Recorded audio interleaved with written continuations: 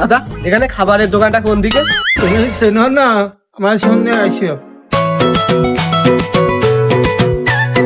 এইটা দোকান, যা খাবেন খান। দাদা এক প্যাকেট বিস্কুট দেন তো। দাদা বিলটা? বিস্কুটটা খেয়ে নি, টাকা দিস। আচ্ছা ঠিক আছে। আপনি তো আমার সাথে আসেন। কি বিস্কুটে? এই বিস্কুট তো আমি খাইনি, এই বিস্কুটটা আপনি খান, আমি এটা কিনে নেবো না। দাদা আপনার চোখের কোনায় কি ময়লা আছে? নেন কাগজ যাতে মোছেন। এবার বিস্কিটটা খান।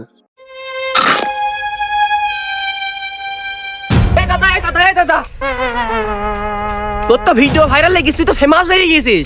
আমি কবে ভিডিও করলাম? ভিডিওটা দেখি।